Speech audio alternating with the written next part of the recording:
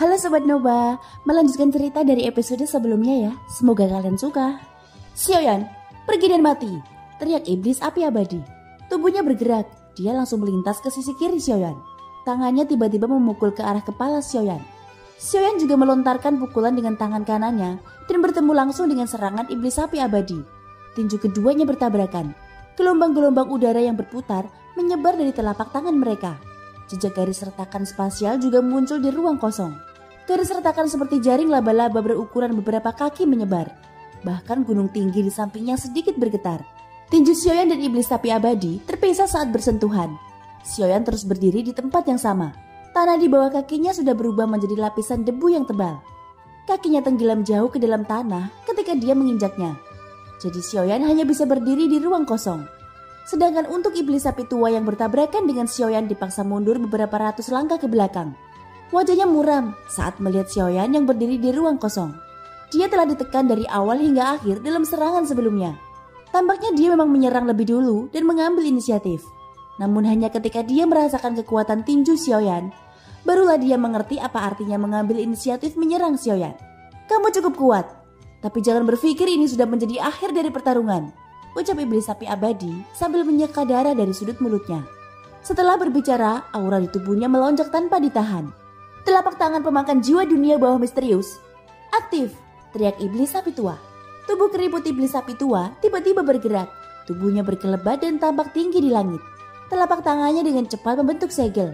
Mengikuti gelombang riak energi yang dipancarkan, Xiaoyan bisa melihat kabut berwarna hitam di sekitar tubuh iblis api tua, yang sebagian besar sudah menghilang dari pertarungan sekali lagi bangkit.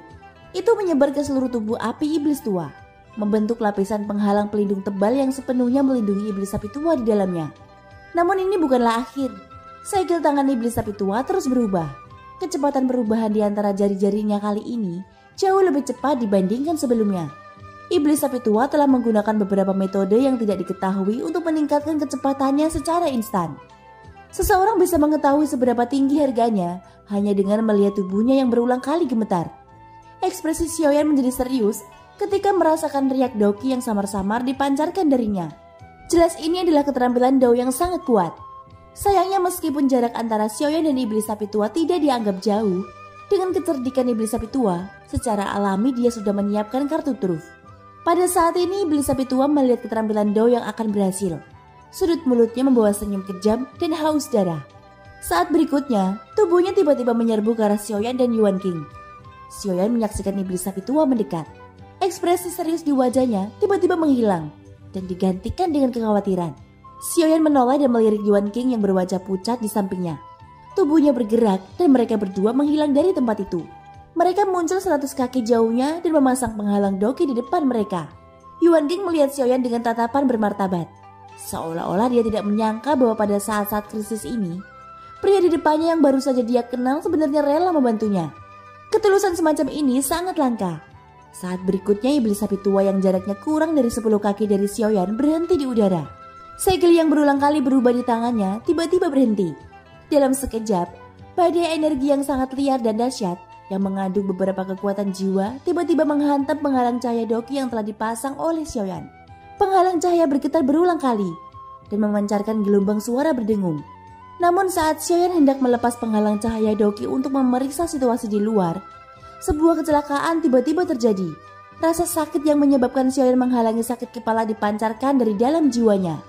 Huoye yang awalnya disimpan Xiaoyan ke dalam tubuhnya juga muncul saat ini. Mereka berdua memegang kepala dan berteriak. Namun Xiaoyan paling tidak adalah seorang ahli yang kekuatan jiwanya telah memasuki ranah Di. Dia juga seorang alkemis. Setelah penyelidikan singkat, rasa sakit ini dengan cepat dihilangkan dengan kekuatan spiritualnya yang kuat. Xiaoyan menatap Huoye dan Yuan King yang berulang kali berteriak kesakitan di tanah. Dia mengerutkan keningnya dan tiba-tiba melambaikan lengan jubahnya. Kekuatan spiritual yang agung menghantam mereka berdua. Keduanya akhirnya pulih secara bertahap. Sebelum Yuan King benar-benar pulih, Xiaoyan sekali lagi menyimpan Huoye ke dalam tubuhnya. Lagi pula Huoye adalah roh api yang lahir dari alam. Jika orang lain mengetahuinya, itu pasti akan menimbulkan masalah. Namun ketika Yuan King pulih, ekspresi Xiaoyan tiba-tiba sangat terkejut. Ini karena tubuh Yuan King saat ini benar-benar transparan. Jika bukan karena kekuatan jiwa Xiaoyan yang kuat, dia akan salah mengira bahwa Yuan King sebagai klonnya. Wajah Xiaoyan tercengang saat dia melihat Yuan King. yang tampaknya telah mengeluarkan jiwanya dari tubuhnya. Dia secara alami tahu bahwa ini jelas bukan pengalaman di luar tubuh. Ini karena tidak ada yang namanya pengalaman keluar tubuh bagi seorang kultivator. Jika seseorang bersikeras bahwa itu ada, itu hanya kekuatan spiritual yang dipancarkan oleh seorang kultivator untuk memahami situasi di sekitar mereka. Xiaoyan menatap Yuan King, tepat ketika dia ingin menanyakan sesuatu.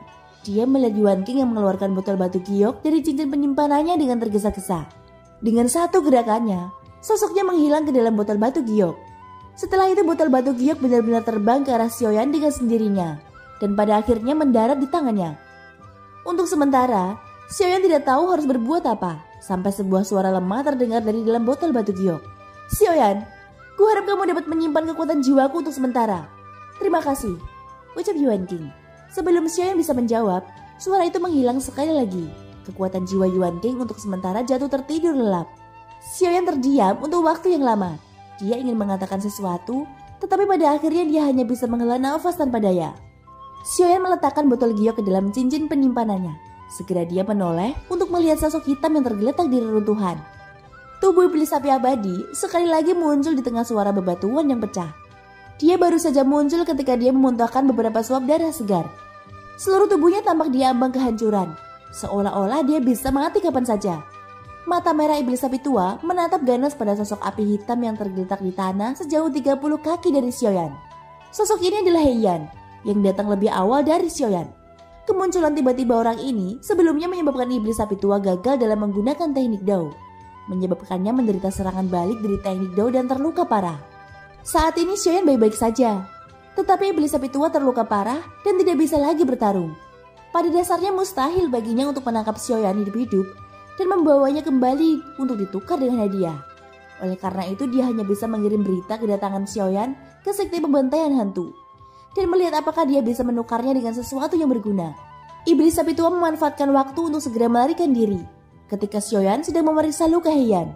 Xiaoyan melihat ke arah Heiyan yang melayang di udara di depannya. Dia tanpa sadar menghela nafas pelan di dalam hatinya. Orang ini sebenarnya telah menerima serangan habis-habisan dari Eli Dodi. Meskipun hal ini terutama karena telapak tangan pemakan jiwa dunia bawah misterius pada akhirnya gagal dilepaskan, namun hal ini sudah cukup untuk membuat seseorang merasa terkejut. Heiyan sebenarnya menggunakan kekuatan Doseng bintang 9 untuk memblokir Dodi. Apalagi dia berhasil meski akhirnya terluka parah. Hal ini menyebabkan seseorang merasa tidak percaya. Namun kebenarannya juga tidak bisa disangkal. Dari sini orang dapat mengetahui bahwa Xiaoyan bukannya tidak siap ketika dia membawa Yuan King ke tempat yang berjarak 100 kaki dari posisi aslinya. Dia melakukannya dengan sengaja untuk menarik perhatian iblis api tua. Terlebih lagi ini adalah tempat kosong teraman yang bisa dipilih Xiaoyan beberapa saat yang lalu. Di satu sisi, itu demi keselamatannya sendiri. Di sisi lain, itu untuk menarik iblis api tua dan menciptakan peluang bagus bagi Heiyan. Saat Xiaoyan baru saja pindah, iblis api tua memang buru-buru mengejarnya dengan niat membunuh. Heiyan bisa memanfaatkan situasi di mana pikiran iblis api tua tidak stabil. Tubuhnya bergabung ke dalam ruang kosong, dan dalam sekejap mata, dia telah sepenuhnya menutup ruang di sekitar iblis api tua. Setelah itu dia menghilangkan simpul di hati iblis api tua dengan susah payah. Untungnya serangan yang menggetarkan jiwa dari iblis api tua pada akhirnya gagal karena Heiyan. Oleh karena itu tidak berlebihan jika menggunakan kata menentang surga untuk menggambarkan dirinya.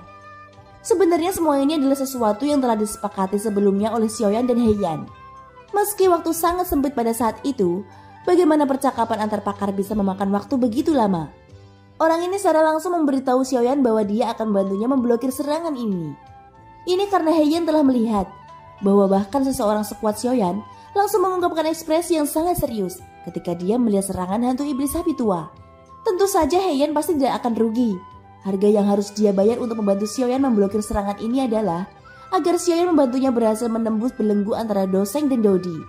Tentu saja jika Xiaoyan tidak mau, secara alami Heiyan mungkin menerima kekuatan penuh dari serangan itu dengan paksa. Namun konsekuensi dari melakukan hal itu adalah Xiaoyan pasti akan mengungkapkan semua kartu trufnya. Pada akhirnya dia mungkin tidak bisa sepenuhnya memblokir serangan itu. Terlebih lagi saat ini Xiaoyan masih membawa botol giok yang berisi esensi spiritual Yuan King. Tanpa isolasi cincin penyimpanan, siapa yang tahu jika Yuan King sudah bangun dan diam-diam menunggunya menghabisi iblis api tua. Setelah itu Heiyan akan memberinya pukulan terakhir yang berat dan mendapatkan keuntungannya. Jika itu yang terjadi, Xiaoyan benar-benar akan mengalami tragedi. Dia akan menjadi elit Dodi pertama dalam sejarah benua Doki yang dibunuh oleh tubuh spiritual yang terluka parah. Pada saat itu nama Xiaoyan benar-benar akan tercatat dalam sejarah. Sebelum itu, Mimin akan menjelaskan bahwa Heian adalah Nihility Devouring Flame atau yang disebut api melahap ketiadaan. Biarpun tubuh aslinya adalah api yang dapat menelan segala sesuatu di dunia, masih terlalu berlebihan bahwa dia bisa mematahkan serangan elit Dodi. Bahkan Xiaoyan pun merasa kagum atas keberanian Heian saat ini. Setelah Xiaoyan meminum pil obat untuk mengobati luka Heian, dia menyimpan Heian di dalam tubuhnya. Lagi pula luka Heian terlalu serius, akan sangat sulit baginya untuk pulih tanpa jangka waktu tertentu. Terlebih lagi cedera utama yang dialami Heian kali ini adalah esensi spiritualnya. Oleh karena itu yang bisa dia lakukan sekarang hanyalah diam-diam menunggu Heian pulih. Xiaoyan bermeditasi sejenak untuk memulihkan diri. Setelah itu dia mengeluarkan botol giok seukuran telapak tangan dari lengan jubahnya. Dia meletakkannya di tanah di depannya dan mengamatinya sejenak. Sebuah pemikiran melintas di benaknya dan kekuatan spiritual yang sangat kuat muncul dari antara alis Xiaoyan. Kekuatan spiritual diaglomerasi menjadi kepalan besar di udara di atas kepala Xiaoyan. Samar-samar itu memancarkan fluktuasi aura agung yang mengguncang ruang di sekitarnya. Setelah ledakan sonik yang memekakkan telinga, tinju spiritual besar yang diaglomerasi dari kekuatan spiritual Xiaoyan langsung melesat ke arah botol giok yang berisi esensi spiritual Yuan King. Itu meninggalkan ruang hampa besar di udara saat membawa angin yang sangat panas saat menabrak botol giok tempat Yuan King berada. Jika pukulannya mendarat, Yuan King yang tertidur lelap pasti akan hancur bersama dengan botol gioknya. Bahkan jejak auranya pun tidak akan tersisa. Di tengah suara teredam yang terdengar seperti balon meledak, tinju spiritual besar yang hanya berjarak 1 inci dari botol giok tiba-tiba meledak dengan keras. Lingkaran riak tak terlihat menyebar, menyebabkan botol giok yang berdiri di tanah terus bergoyang ke kiri dan ke kanan. Akhirnya mengeluarkan suara teredam dan jatuh ke tanah. Xiaoyan duduk di sana dan perlahan menutup matanya. Dia bahkan tidak melihat botol giok yang berisi esensi spiritual Yuan King. Sebaliknya dia mengedarkan metode mantra api ke dalam tubuhnya dan mulai berlatih dengan wajah tanpa ekspresi. Sementara Xiaoyan diam-diam berlatih di dunia luar. Esensi spiritual Yuan King yang telah menyusut beberapa kali berada di dalam botol giok saat ini. Seluruh tubuhnya gemetar hebat. Sebelumnya Yuan King telah melihat sosok Xiaoyan yang tinggi dan perkasa melalui botol giok. Pada akhirnya matanya bertemu dengan mata Xiaoyan seolah ingin melihat melalui mata Xiaoyan. Namun di saat berikutnya, mata kosong Xiaoyan tiba-tiba berubah. Seberkas cahaya tajam keluar dari matanya, memutuskan tatapan menyelidik Yuan King. Pada saat itu Yuan King dengan jelas merasakan aura kuat dari tubuh Xiaoyan yang mirip dengan naga kuno. Tekanannya begitu besar, hingga Yuan King merasa seperti akan tercekik, baru kemudian tiba-tiba bubar. Wajah Yuan King dipenuhi dengan keterkejutan. Wajahnya yang tidak berbeda dari orang biasa, kini pucat pasi. Jika bukan karena tubuhnya gemetar hebat, menandakan bahwa dia adalah orang yang hidup, siapapun yang melihatnya pasti mengira dia adalah orang mati pada pandangan pertama. Mata Yuan King mengungkapkan kengerian yang luar biasa. Seluruh tubuhnya menunjukkan rasa lelah karena serangan dari Xiaoyan tadi. Secara alami, dia mengerti bahwa serangan Xiaoyan sebelumnya hanyalah sebuah penyelidikan. Itu tidak akan membunuhnya. Namun dari gelombang energi yang dirasakan Yuan King dari serangan sebelumnya, mustahil baginya untuk bertahan bahkan jika dia menggunakan kekuatan penuhnya. Hasilnya Yuan King memahami dengan lebih jelas bahwa ancamannya mungkin lebih berat daripada penyelidikan. Yuan King sekali lagi melihat melalui botol giok ke arah Xiaoyan yang sedang berlatih bersila di dunia luar. Pikiran di dalam hatinya dengan cepat berubah. Dari perkataan Xiaoyan sebelumnya, dia bisa menebak bahwa Xiaoyan seharusnya adalah anggota generasi muda yang baru saja keluar dari faksi besar yang tersembunyi untuk berlatih. Dia memiliki kekuatan luar biasa di usia yang begitu muda. Ditambah dengan metode Xiaoyan yang kejam dan keras, pasti dia memiliki faksi misterius di belakangnya. Dengan semua faktor ini digabungkan, Xiaoyan pasti akan menjadi ahli luar biasa yang namanya akan mengguncang seluruh benua di masa depan. Bahkan jika dia tidak mencapai level itu, dia pasti akan menjadi ahli yang sangat kuat yang namanya akan mengguncang seluruh benua. Jika Yuan King dapat menjalin hubungan baik dengan orang seperti itu akan sangat bermanfaat bagi peningkatan kekuatannya di masa depan. Namun dari kelihatannya, sepertinya Xiaoyan sudah mengetahui rencana kecilnya sebelumnya. Sudah cukup baik bahwa Xiaoyan tidak membunuhnya. Bagaimana Yuan King bisa memikirkan cara menghadapi Xiaoyan? Terlebih lagi, Xiaoyan telah menyelamatkan nyawanya sebelumnya. Pada saat ini Yuan King dengan hati-hati keluar dari botol giok seukuran telapak tangan setelah berpikir lama. Tubuh Yuan King yang awalnya mengeras di dalam botol giok menjadi ilusi sekali lagi setelah muncul. Namun dia tidak peduli sama sekali. Sebaliknya, Dia berdiri di samping dan memperhatikan Xiaoyan yang masih retreat. Setelah pelatihan berulang-ulang ini, ruang Doki yang tampak agak kosong karena kemajuannya baru-baru ini sekali lagi menjadi sedikit terisi. Doki murni berulang kali dipadatkan dan dikompresi di dalam tubuh Xiaoyan. Setelah itu ia dimurnikan dan disempurnakan oleh api surgawi dan akhirnya kembali ke ruang Doki di tengah pusaran. Xiaoyan perlahan membuka matanya yang jernih. Saat berikutnya sosoknya melesat ke ruang kosong dan menghilang. Wajah Yuan King dipenuhi dengan senyuman yang tulus saat dia melihat ke arah Xiaoyan yang telah berdiri. Sosok ilusinya melangkah maju dan menangkupkan kedua tangannya. Dia membungkuk kepada Xiaoyan dan berkata, "Terima kasih teman Xiaoyan, karena telah menyelamatkan hidupku hari ini. Aku tidak sopan dan menyinggung perasaanmu. Kuharap teman Xiaoyan tidak mengingatnya," ucap Yuan King. Sebelum Xiaoyan sempat bereaksi, Yuan King melanjutkan lagi. "Aku juga mempunyai skill do yang bisa dibilang cukup bagus. Skill do itulah yang membuatku terkenal. Terlebih lagi dari efek skill do ini, bisa kukatakan bahwa mungkin tidak lebih dari beberapa skill do di seluruh benua yang memiliki efek serupa. Oleh karena itu kuharap teman Xiaoyan tidak marah karena item ini. Jika teman Xiaoyan tidak puas dengan skill do ini, aku pertama-tama akan bersumpah di sini hari ini bahwa aku pasti akan menemukan keterampilan do yang akan memuaskanmu.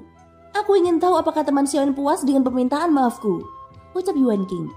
Ekspresi bangga tiba-tiba muncul di wajah Yuan King ketika dia menyebutkan formula 9 tubuh transformasi. Namun sikap hati-hati dan hormat sekali lagi muncul di wajahnya ketika dia melihat Xiaoyan. Dia bergerak maju dengan kedua tangannya dan menyerahkan formula 9 tubuh transformasi yang telah dia persiapkan kepada Xiaoyan. Seolah-olah dia takut dia akan membuat marah Xiaoyan dan menyebabkan dia membunuhnya. Namun Xiaoyan juga bisa merasakan sedikit sanjungan dari sikap hormat Yuan King. Xiaoyan mengangguk saat melihat ini. Yuan King mampu mengambil dan melepaskannya. Benar adalah benar dan salah adalah salah. Ia pun mampu berinisiatif meminta maaf atas perbuatannya sebelumnya. Tampaknya dia layak mendapat pengampunan. Terlebih lagi, orang ini pasti memiliki faksi di belakangnya yang mungkin bisa membantunya. Thank you guys sudah mendengarkan ceritaku sampai akhir. Semoga hari kalian menyenangkan. Sampai jumpa dan bye-bye.